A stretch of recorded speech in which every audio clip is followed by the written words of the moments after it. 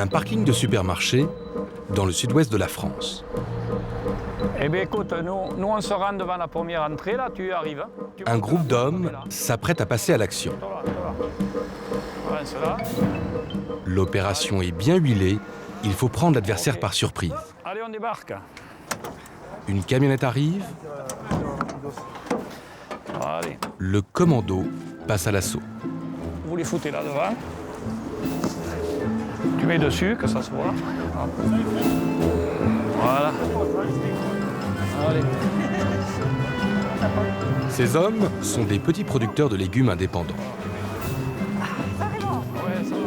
Pour protester contre les tarifs pratiqués par les supermarchés, ils ont décidé de distribuer gratuitement leurs salades à des clients surpris, mais enchantés par cette initiative. Allez. Monsieur, une salade Gratuite. Eh bien, nous, on les vend. 15 centimes. Vous avez le papier explicatif, 15 centimes, 15 à 20 centimes. Et lui, il les vend 90 centimes. Producteur-consommateur, même combat. Ouais, Et je voilà. comprends très bien. Donc, Vous avez raison. ouais. Et on les paye. Ils ont. Moi, je suis d'accord avec eux, entièrement. Le seul à ne pas partager cet avis, c'est ce monsieur, le gérant du rayon fruits et légumes du supermarché. Pas très enthousiaste à l'idée qu'une caméra puisse aller filmer le prix de ses salades. On y va? Non, mais c'est bon. Allez, on y va. Non, mais... Ah non, mais vous avez quelque chose à cacher? Non, j'ai rien à Eh cacher. bien, on y va alors. Et si vous n'avez rien à cacher, on va y aller. J'ai rien à cacher, mais je vous dis que c'est comme ça. Ah non, vous êtes à l'aise, à condition qu'on n'aille pas voir le produit, le prix et la qualité. Hein? Les marges qu'ils prennent sont tellement importantes qu'à un moment donné, ils ne peuvent pas supporter qu'on le rende public. À un moment donné, reconnaître qu'un paysan est payé 22-23 centimes, une salade qui est revendue 95 centimes, eh bien, c'est insupportable de le dire haut et fort. Donc constat, refus d'aller voir sur place. Ah ben c'est trop facile. C'est trop facile. Il n'y a pas que la salade qui coûte de plus en plus cher. En un an, les prix de certains produits alimentaires se sont envolés. Les fruits et légumes ont augmenté de 10%, les fromages de 11%, les pâtes de plus de 20%. Producteurs, industriels, supermarchés, qui est responsable? Qui profite de ces augmentations? Voici l'histoire surprenante de 3 produits. Le parcours d'une salade, d'un fromage et celui de ces tranches de jambon sous vide. Des produits simples, mais qui cachent derrière eux de lourds secrets. Nous allons vous raconter la guerre qui a lieu tous les jours dans les coulisses de vos supermarchés.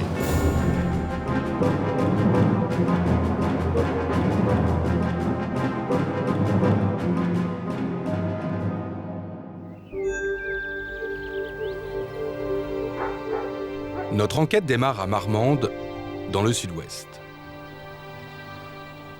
Chaque matin, Jean-Pierre Marchand, le propriétaire de cette exploitation, se rend dans ses serres pour préparer ses salades.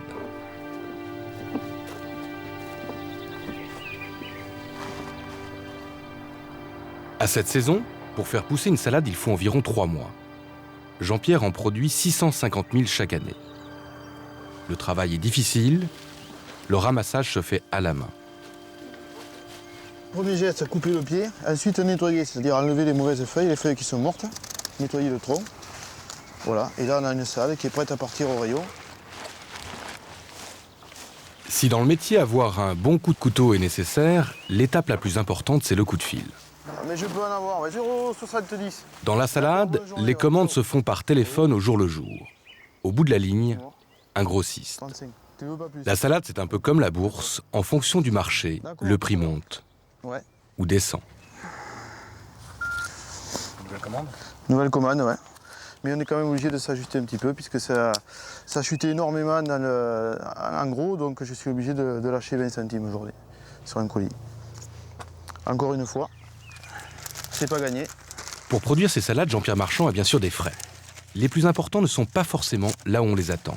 Le cajot et l'emballage plastique coûtent très cher. Tel que c'est ça, 1 euro. Soit 8 centimes d'euros par salade. C'est le poste le plus important, l'emballage. Il faut rajouter les salaires des employés, les investissements comme les serres, et les frais de production, l'eau et les engrais. Pour gagner sa vie, Jean-Pierre doit vendre sa Batavia 30 centimes d'euros. Mais depuis 2 ans, le marché est au plus bas.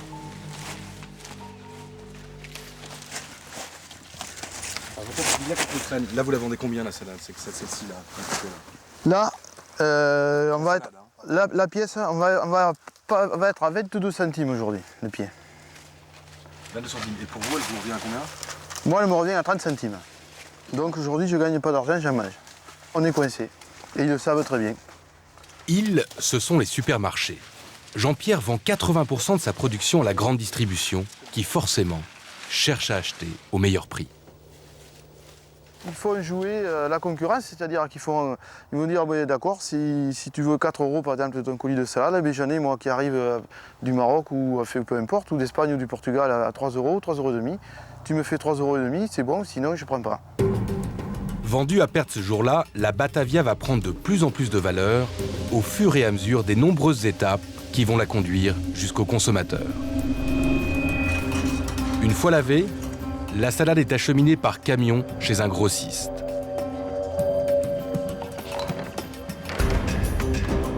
À la sortie de l'exploitation, elle ne coûte que 22 centimes. À partir de là, tout se complique et surtout, tout devient de plus en plus secret. Là, la caméra, je ne parlerai pas. Non, le PDG, il ne voulait pas. Il ne voulait aucune intervention à ce niveau-là. Après négociation avec ce grossiste, nous sommes tout de même autorisés à filmer l'entrepôt. C'est par ce bâtiment que transite toute la production de fruits et légumes de la région. Une fois débarqués, les Batavias de Jean-Pierre Marchand sont d'abord pesées.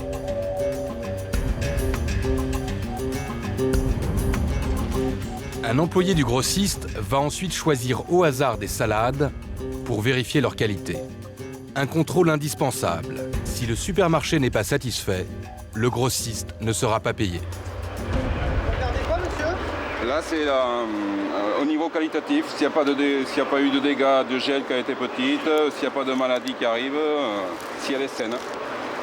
Après toutes ces opérations, la Batavia repart en camion.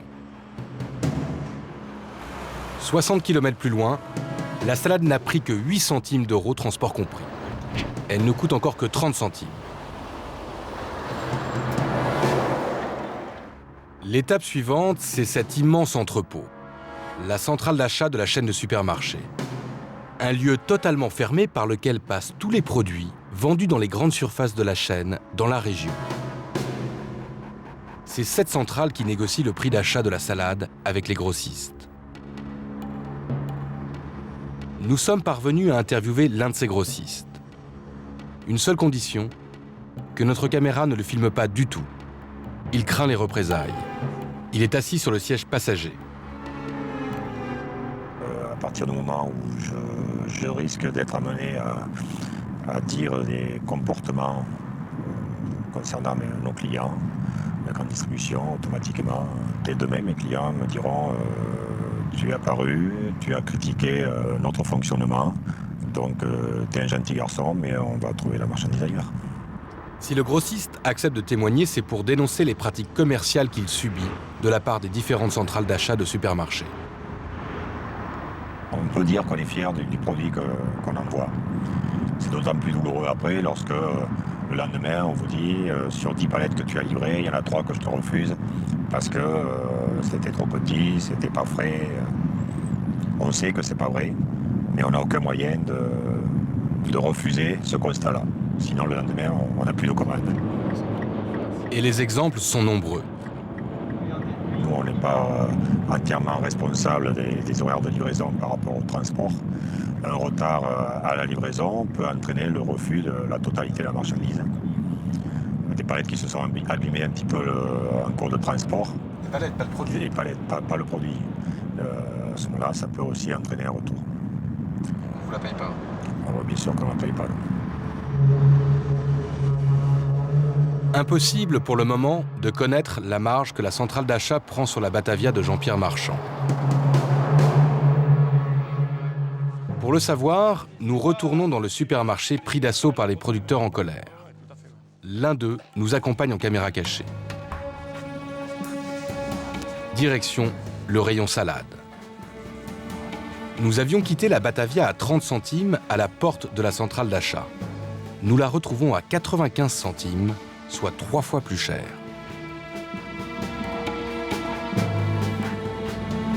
C'est du racket, c'est du vol. Hein. C'est du vol, le producteur est volé parce qu'à ce prix-là, à 22, 23 centimes, il ne peut pas gagner sa vie. Et le consommateur, à près de 1 € la salade, ça limite au maximum la consommation. Qui a profité le plus de cette augmentation? Toujours en caméra cachée, nous allons interroger le responsable du rayon fruits et légumes du supermarché. Je rachète la salade le prix que je la paye à la centrale d'achat. Je ne rachète pas la salade à 22 centimes, je rachète 45. Ouais, ça fait quand même 50% de marge quasiment. Et ça, c'est les marges, vous êtes libre de les fixer ou c'est... Ah non, c'est les objectifs qu'on a, c'est pas... Et qui les fixe? Ah, c'est la direction. La direction du supermarché est libre de fixer sa marge après avoir acheté la salade à sa centrale d'achat. Résumons. Du producteur au consommateur, la Batavia est donc passée de 22 centimes à 95 centimes d'euros, soit une augmentation de 431% pour parcourir une soixantaine de kilomètres seulement. Pour tenter de lutter contre l'hyperpuissance des supermarchés, Jean-Pierre Marchand a eu une idée. Monter son propre petit point de vente. Cette dame vient se renseigner sur le prix pour vendre des légumes sur les marchés. Dans sa petite boutique, Jean-Pierre peut se le permettre, sa salade coûte 2 fois moins cher que dans les grandes surfaces. Ouais, d'accord. J'y crois. C'est ce qui me fait résister parce que je sais que la survie de l'exploitation elle va passer par ce point de vente-là. Et des gens comme la dame que je viens d'accueillir qui vont faire les marchés, c'est le type de clientèle que je recherche. C'est le meilleur moyen aujourd'hui de lutter contre la grande distribution, c'est de leur couper l'herbe sous les pieds. C'est-à-dire les alimenter le moins possible et leur piquer le maximum de clients.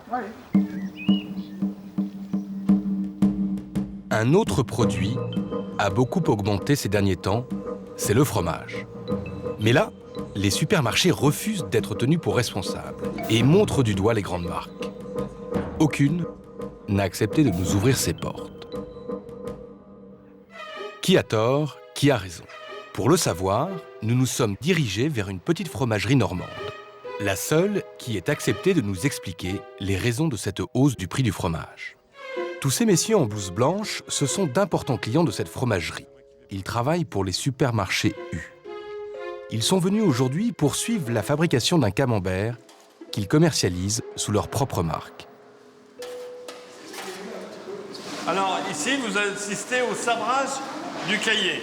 Thierry Grindorge est le PDG de cette fromagerie. La visite est importante, il doit convaincre les commerciaux du supermarché qu'il fait le meilleur fromage au prix le plus juste. La vivacité différente d'une mouleuse à l'autre. Il va donc leur expliquer comment on fabrique un camembert au lait cru, moulé à la louche, dans la plus pure tradition. Pour faire un bon camembert, il faut 2,5 litres de lait cru, soit 1,05 € de matière première. Il faut également beaucoup de patience. Donc, pour fabriquer un camembert AOC, on va déposer dans le moule 5 louches avec un décalage d'environ 50 minutes par louche. Le fromage est ensuite affiné durant plusieurs semaines, laissé au repos. Le représentant du supermarché est attentif aux moindres détails. Vous avez des fromages qui sont quasiment réguliers. Et ça c'est un savoir-faire, c'est ce qu'on recherche quand on sélectionne un fournisseur.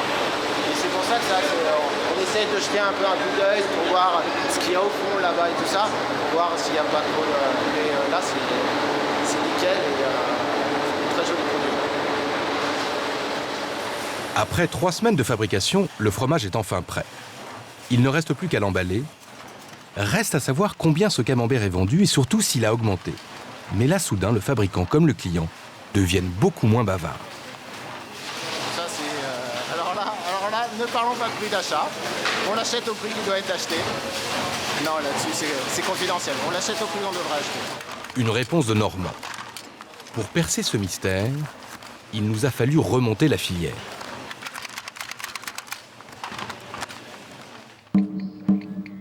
Depuis un an, le prix du lait a augmenté de 30%. De 30 centimes d'euros, il est passé à 42 centimes le litre. Mais si certains ruminent cette hausse, elle ne fait pas que des malheureux. Nous sommes chez Jacqueline Julien en Normandie.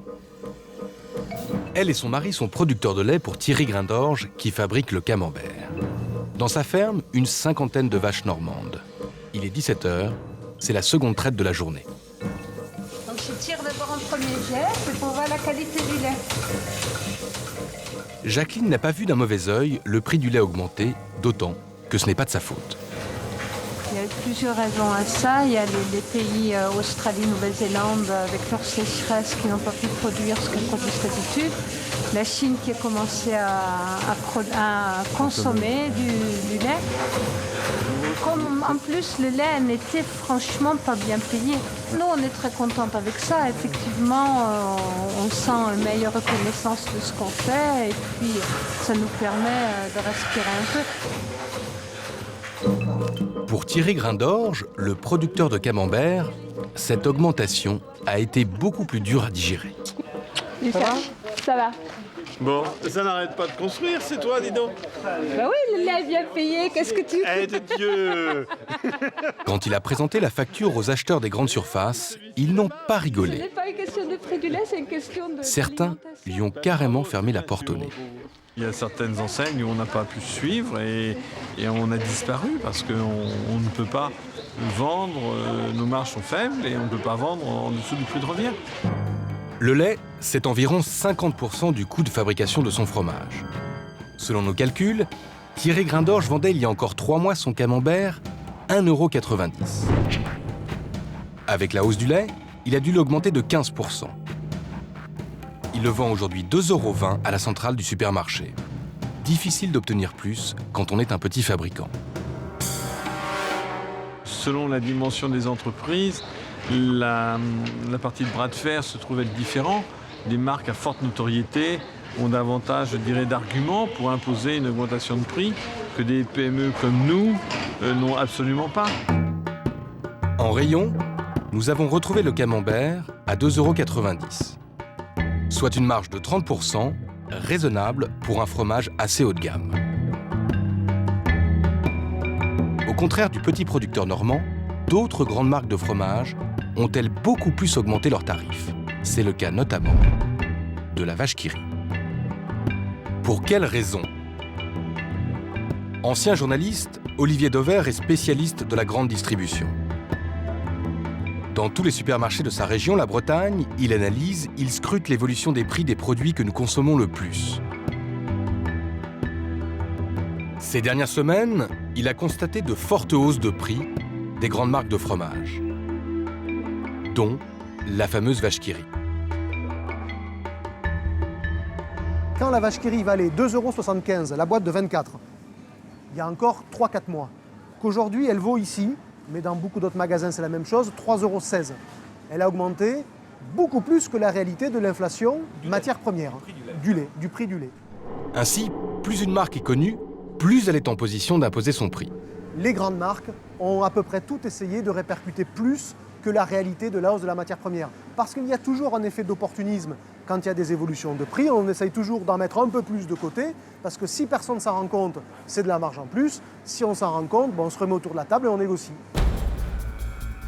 Durant plusieurs semaines, nous avons proposé une interview au responsable des fromageries Belle, le fabricant. Refus catégorique. La vache qui rit préfère rire caché.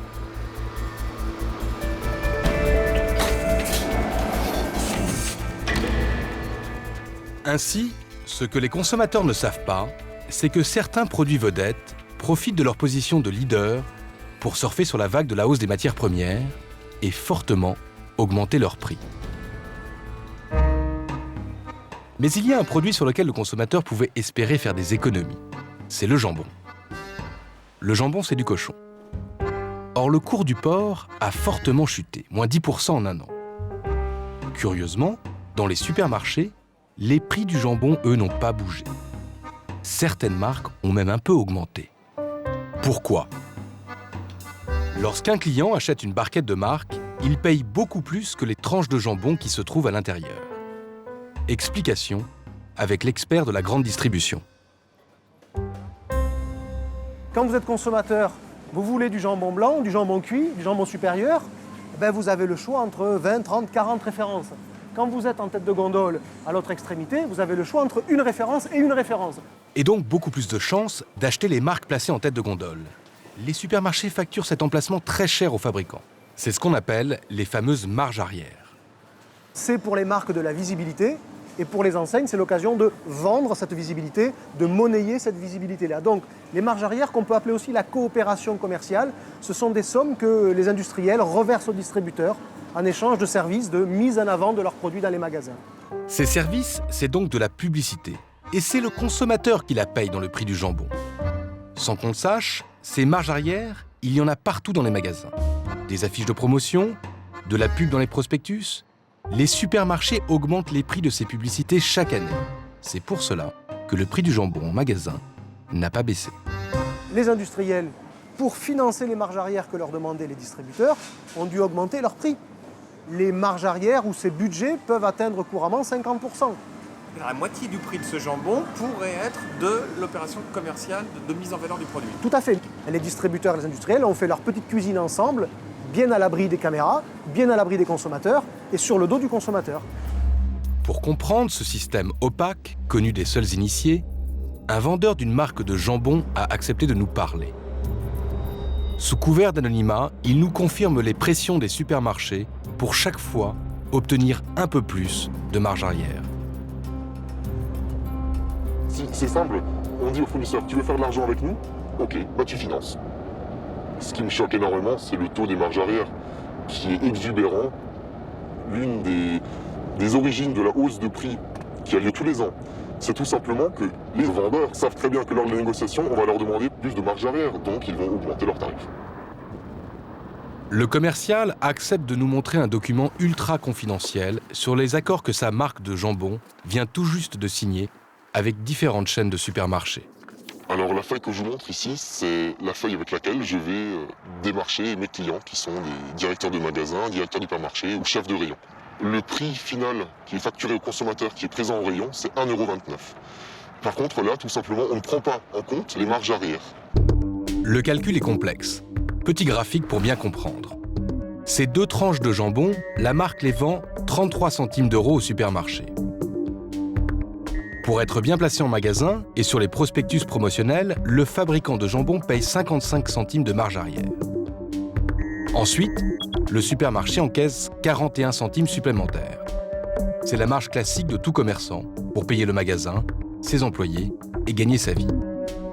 Au final, le prix en rayon des 2 tranches de jambon atteint 1,29 €. Dans le cas de cette grande marque de charcuterie, cette année, les marges arrière qu'elle doit reverser au supermarché sont montées à 62%. Moi, ce qui rentre dans ma poche, c'est 0,33 centimes au final. Et donc, un produit acheté 33 centimes, vendu 1,29 €, ça fait beaucoup. Ça fait beaucoup. Ça fait un sacré paquet de pognon, ouais. Les marges arrière seraient donc responsables en grande partie de la flambée des prix. Les supermarchés auraient un appétit vorace insatiable. Ce n'est évidemment pas le point de vue des commerçants. Nous sommes à Saint-Méen-le-Grand, en Bretagne. Système U est la seule enseigne qui ait accepté de nous parler de ce sujet tabou. Dans ce supermarché de 2500 m², en tout 20 000 produits se livrent une concurrence féroce dans les rayons pour séduire les consommateurs. Christian Puperier est le propriétaire du magasin. Tout va bien, Mariani? Bon, c'est parfait. Les rayons sont pleins, c'est ce qu'il faut. Pour le directeur, si les marques acceptent de payer ces fameuses marges arrière et de figurer dans les catalogues publicitaires, c'est qu'au final, elles y trouvent leur compte. À l'intérieur de ce prospectus, il y a des endroits où il y a des marques qui sont présentes. Elles ont payé pour être présentes. Tout ça, c'est un partage d'intérêt. Je veux dire, les marques, moi, personne n'arrive avec un revolver en disant il faut absolument que vous soyez dans le catalogue. Elles y vont parce qu'elles y trouvent de l'intérêt, parce qu'elles font plus de volume sur la période, parce qu'elles sont référencées dans l'ensemble des produits des magasins U de France. Voilà, elles y trouvent de l'intérêt. Si les marques et les supermarchés y trouvent de l'intérêt, de leur côté, les consommateurs, eux, y perdent. Une salade vendue 431% plus cher que son prix de production. Des marques qui profitent de la hausse des matières premières pour augmenter leurs prix. Des systèmes de marge opaques. L'addition pour le consommateur est de plus en plus lourde. Les produits alimentaires ont augmenté de 4,5% en un an. Pour une famille avec 2 enfants, cela représente en moyenne 30 € de plus par mois.